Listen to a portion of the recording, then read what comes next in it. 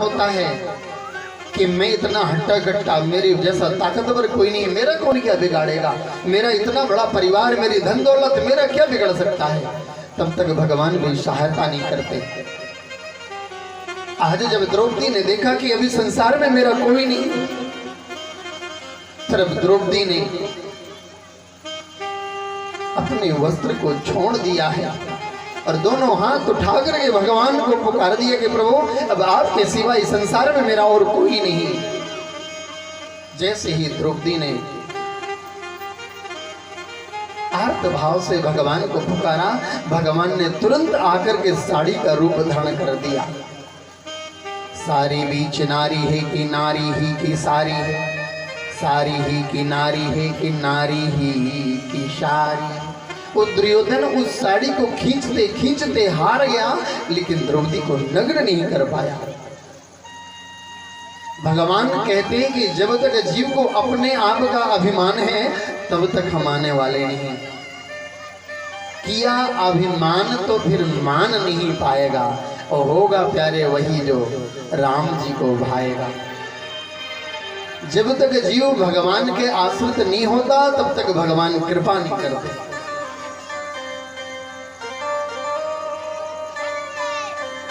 भीष्म पितामह ने उपदेश दिया,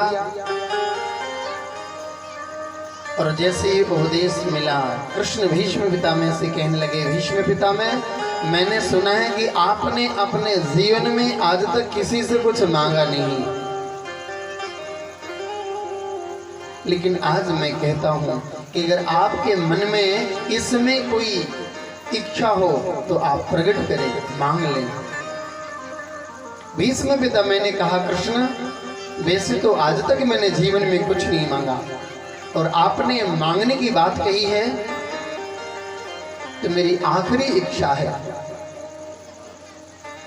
मुझे और कुछ नहीं चाहिए, बस एक ही वरदान दे दो कि जिस समय आप पांडवों की तरफ से अर्जुन के रथ पर आरूढ़ होकर के आए थे और मैं कौरव सेना की तरफ से था, कौरव पांडवों का युद्ध छिड़ गया और मैंने अर्जुन के रथ में बाणों की बौछार कर दी, अर्जुन के रथ का पहिया टूट गया, अर्जुन घबराने लगा, आपसे निवेदन करने लगा कि कृष्ण हमारी रक्षा करो, अब हमें कोई बचा नहीं सकता। उस समय आप उस रथ से उतर करके रथ के पहिए को लेकर के आप हमें मारने दौड़े थे ना, बस उस झांकी का मैं दर्शन करना चाहता। इतना तो करना स्वामी, जब प्राण तुमसे निकले, गोविंद नाम लेकर, गोपाल नाम लेकर, जब प्राण तुमसे निकले, गोविंद नाम लेकर, गोपाल नाम लेकर, जब प्राण तन से निकले। इतना तो करना स्वामी, जब प्राण तन से निकले, इतना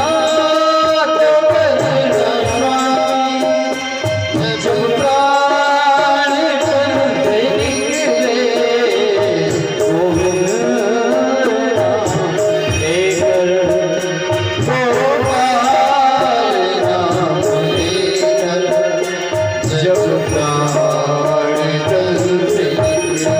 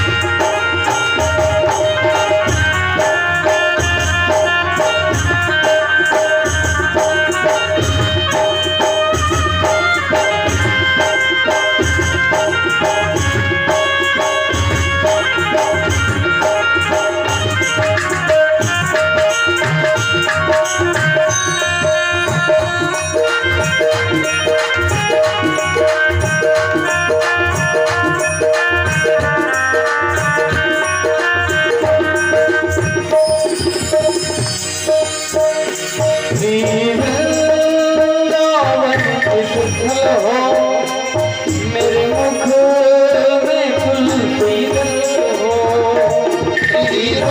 वृंदावन का फल हो, मेरे मुख में तुलसी दल हो। विष्णु चरण का जल हो, विष्णु चरण का जल हो, जब प्राण करते निकले इतना तो करना था, जब प्राण करते निकले नाम लेकर जब प्राण करते निकले, जब प्राण करते निकले, जब प्राण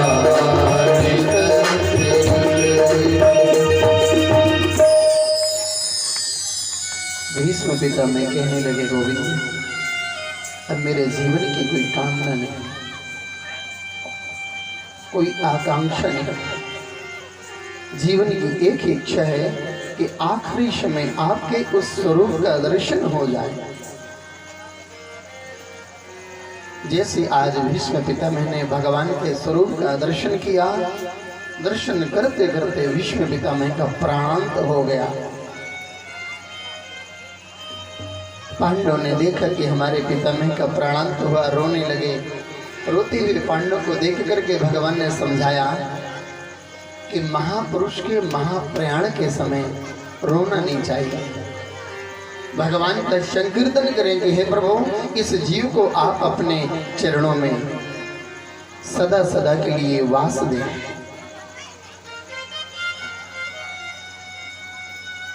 पांडवों ने संस्कार किया है। समस्त संस्कारों को करने के बाद आज कृष्ण पांडवों को लेकर के विदा हो गए, लौट करके आए। कहने लगे, भैया अभी यहाँ रहते हमें बहुत दिन हो गए, हमारा मन द्वारिका जाने का है, हमें जाना चाहिए, आप लोग मांग लो क्या चाहते हैं।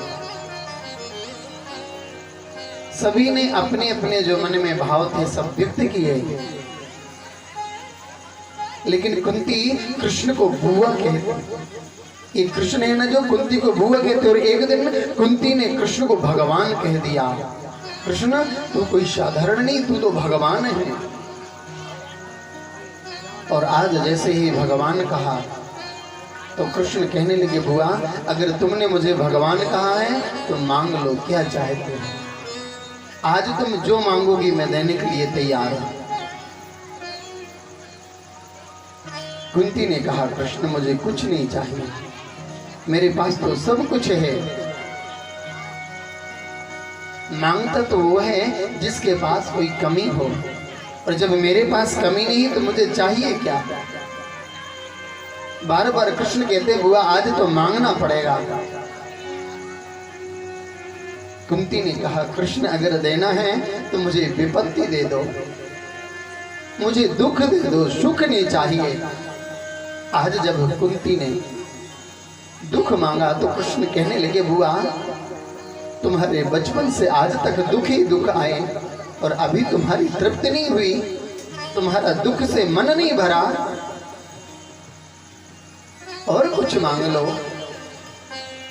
कुंती कहने लगी, कृष्ण मुझे सुख नहीं चाहिए, सुख के माथे सिल पड़े जो हरि हृदय से जा, बलिहारी वा दुख की पल पल नाम रटा। प्रभु मुझे सुख नहीं चाहिए जिस सुख के आने से आपकी याद भूल जाए। आप तो मुझे दुख दे दो और इतना दुख दो कि आपकी याद ना भूले। आज के अगर संसारियों को भगवान मिल जाएं और कहें कि क्या चाहिए तो कह देंगे सारी संसार का सुख हमें दे दो, सारी संसारी दुखी हो जाए।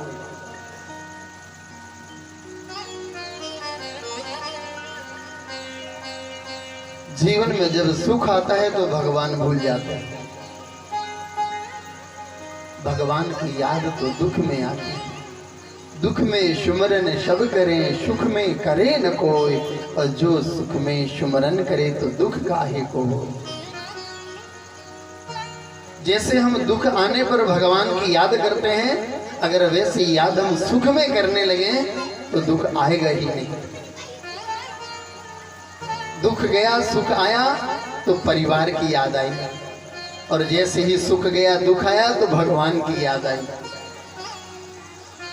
इसलिए भगवान बार बार दुख देते हैं कि तू हमारी याद तो ना भूल। जब ये जीव माँ के गर्भ में आता है तो इतनी प्रार्थना करता है, माँ के गर्भ में इतना इस जीव को कष्ट होता है कि बार बार कहता है प्रभु तू एक बार मुझे इस गर्भ से बाहर निकाल दे, मैं तेरा इतना भजन करूंगा, इतना भजन करूंगा। और जैसे ही माँ के गर्भ से बाहर निकलता है तो बस संसार में कहाँ थोड़ा सा बड़ा हुआ ते में मोर मोर में माया, मम्मी पापा अंकल आंटी संसार में लग गया, उसको भूल गया। और जैसे ही हम उसे भूलते हैं वैसे हमारे जीवन में कष्ट आना प्रारंभ हो जाते हैं। फिर कहते हैं कि अब तो हमारे बुरे दिन आ गए, शनि की दशा चलने लगी, फलाना देवता रूठ गया। सब झूठ है। हमने जो वचन दिया था, जो वादा किया था, हम उसे भूल गए, और उसका यही कारण है कि आज हमारे जीवन में संकट आने लगे।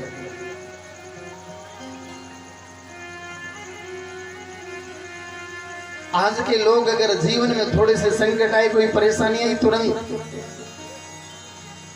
हे बरा वाले बब्बा जो हमारे लड़का को ब्याह हो जाए, हम पुराण सुन भी, भैंसे खोई पुराण सुन भी, थोड़ी सी कोई परेशानी आई पुराण, इतनी पुराणों की गिनती हो जाती है कि याद ही नहीं रहती।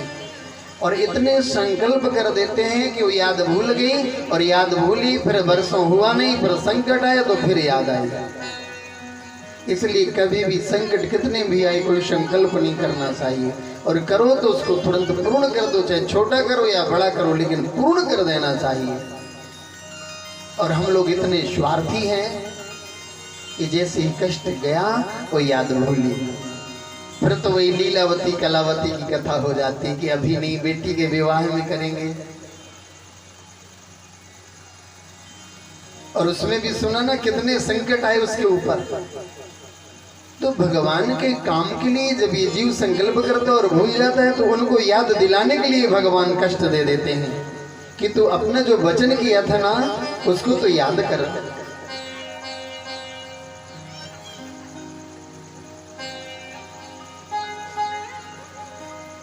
कुंती ने कहा गोविंद मुझे दुख चाहिए,